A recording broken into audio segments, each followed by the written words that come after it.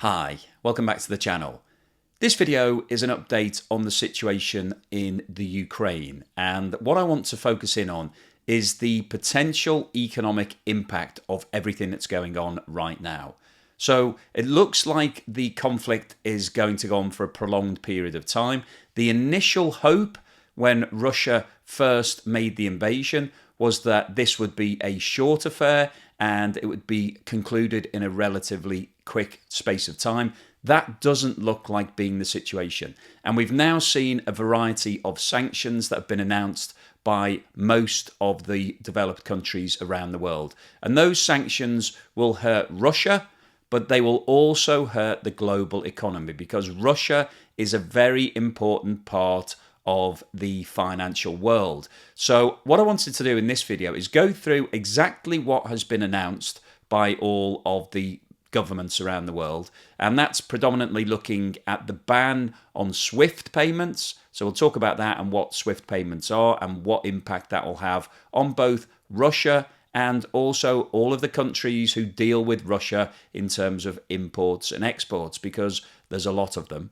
We'll then talk about the restrictions that have been imposed on the Russian central bank, and that is a really important part of these sanctions. And that's already starting to hurt Russia, and we've seen a massive fall in the value of the ruble in the international markets, but it will also hurt them going forward in a lot of other aspects. And I'll talk also about some direct implications for Russian exporters. We'll then have a look at who is dealing with Russia in terms of imports and exports. And then I'll wrap up with an overview as to what I think the impact of all of this is likely to be on the global economy. Because the bottom line here is that if this goes on for a prolonged period of time, there is a high likelihood that this could lead us directly into a new global recession.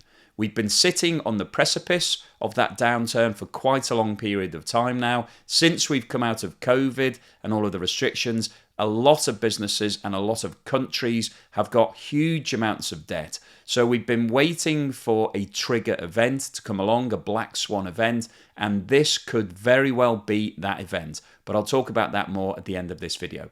So before we get started into all of this, if I could ask you at some point to give me a thumbs up if you're appreciating the content, I'd really appreciate that. And also don't forget that I include chapters in these videos. So if there's a section that's not that interesting to you, it's really easy to skip over it and move on to the next topic.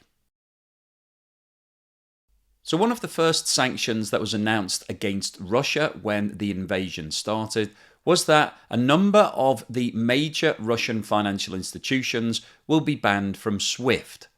And SWIFT is the acronym for the Society for Worldwide Interbank Financial Telecommunication. And essentially this system is used by financial institutions all across the world for making payments.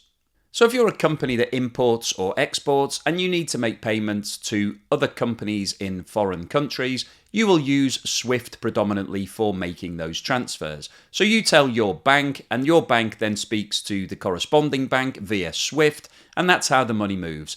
So this is the main payment system that is used by the whole of the financial world.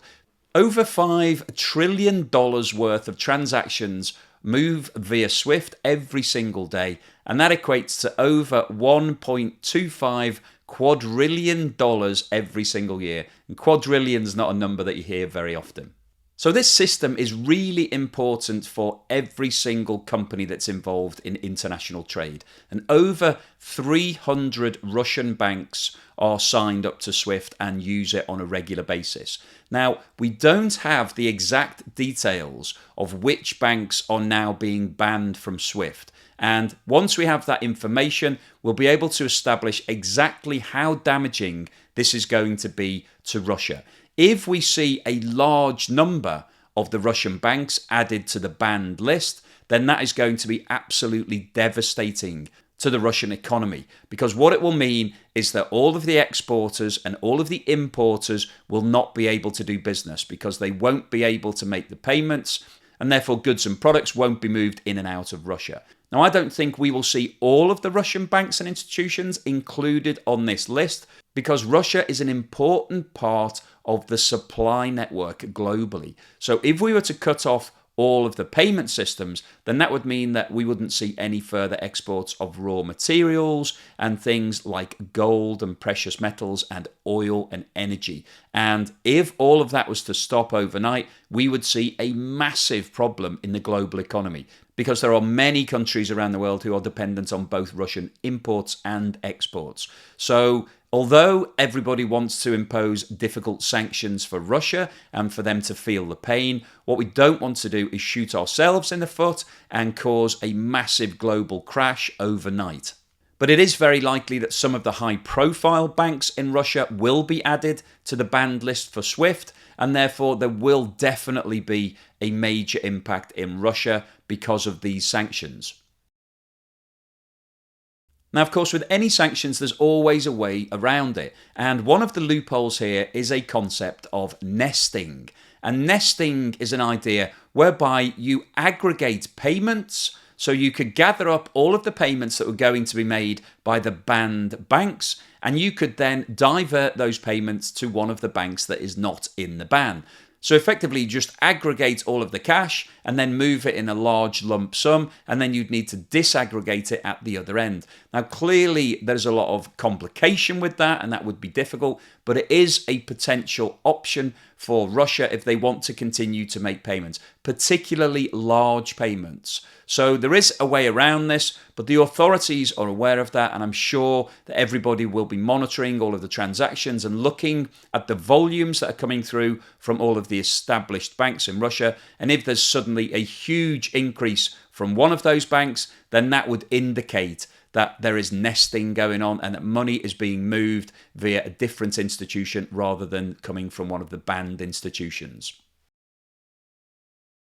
And probably the major sanction that has been announced against the Russian authorities is that they will no longer have access to their central reserves.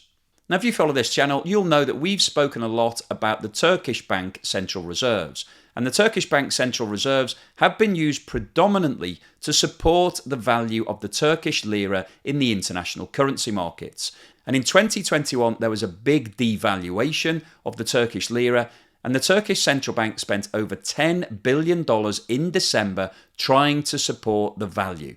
The sanctions that have been applied against Russia, and also the fact that they are now invading the Ukraine and therefore are losing a lot of business in international markets, is putting major pressure on the Russian ruble.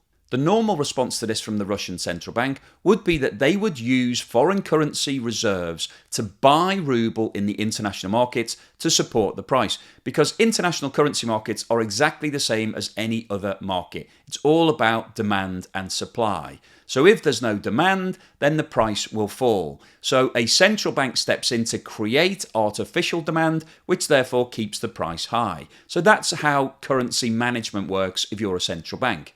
Now, Russia has declared reserves of around about $630 billion. So they have got a lot of reserves, which would be expected because they are an asset-rich country. They've got a lot of oil and gas and gold and other precious metals. So there is demand for Russian currency historically. But if we look at this table, which shows the split of the reserves that Russia has, you can see that $463 billion is held in foreign currency reserves. And of that figure, $311 billion is held in securities, so basically investments, and $152 billion is held in currency and deposits, so real cash. Now, the key thing here is that the Russian central bank is not sitting with all of these investments and all of this cash in a vault in Russia. All of these assets are held overseas. So this table shows the breakdown of the investments that Russia is holding. So the different colours here relate to different grades of risk. So the bottom section here is AAA risk, which is high level investment grade. That is the best quality risk that you can get globally. So you can see that around about 16% of all of Russia's investments are held in AAA rated assets. About 20% is in AA, and about 34% is in single A. The remainder of this chart is gold and other assets. So the way this works in reality is that all of those investments are basically stocks and shares and treasury gilts and bonds from countries and companies all around the world. So Russia will be invested in US Treasury stock, and it might be invested into a lot of the major companies, so Apple and Google and Facebook and Tesla and all of these sort of things. So it will have a vast variety of investments. And as and when it needs to convert those investments into cash, it will contact the broker in the relevant country and liquidate that asset and convert it into currency. So the key point there is that all of these investments are held outside of Russia. And jumping back to this table, the $152 billion of currency and deposits are held with overseas banks and institutions. They're not held in a safe in Russia. So the impact of the new sanctions is that all of these assets have now been frozen. So Russia can no longer access any of this cash. So they are not able to liquidate assets and use the cash to support the ruble in the international currency markets. And as a result of that, we have seen the ruble fall by 30% on the first day of trading following the weekend of the invasion. And a major fall in the value of the ruble is going to hurt the Russian economy. If we jump back to the table of assets, the one area that the international markets have no control over is the gold reserves. Unlike most of the other countries around the world, Russia are holding their gold bullion in Russia.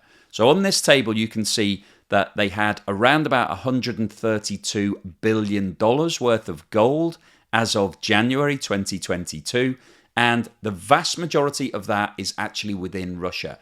Now, it will be more difficult to dispose of that gold because the two main markets for gold bullion are London and New York. So most other countries around the world have holdings of bullion actually physically in London and New York, so that it's very easy to be able to trade them as and when they need to cash them in. So those markets will be closed to Russia going forward. However, there is a strong secondary market, and I'm pretty sure that if Russia needs to cash in some of that bullion, then they will find buyers all around the world, because there is always strong demand for gold, particularly at times of war, as we're in right now. Everybody moves towards physical assets, and gold has always been seen as a safe haven for investment value and a store of value. In 2021, Russia exported $493 billion worth of goods and products all around the globe. Oil and natural gas made up around 3/4 of those exports, but they're also major exporters of other items such as metals, coal, wheat, aluminium, timber, fertilizer, copper, the list goes on. Now, the impact of the sanctions will make it more difficult for a lot of the companies in Russia to do trade. So we may well see a reduction in the amount of these exports. And the problem that we've got with that is that a lot of countries are dependent upon the volume of these exports. So we've talked a lot about Turkey on this channel, and as you'll know, Turkey is highly dependent on natural gas from Russia to create electricity in the country, and also to supply households and industry with natural gas directly. So it can't afford to have any drop in the levels of the natural gas coming in. Otherwise, it will have a direct impact on the productivity of Turkey, because they will then have blackouts, they won't have any electricity, and therefore the companies won't be able to produce everything for the export markets. So it's not just about hurting Russia. If we see a reduction in the amount of trade coming out of Russia, then that will have a ripple effect all around the world. It will definitely cause major economic problems in a lot of countries. In 2021, the total amount of exports to the EU was $188 billion, and the three biggest buyers were the Netherlands at $42 billion, Germany at $30 billion, and Italy at $19 billion. And the US purchased $17.5 billion worth of goods directly from Russia.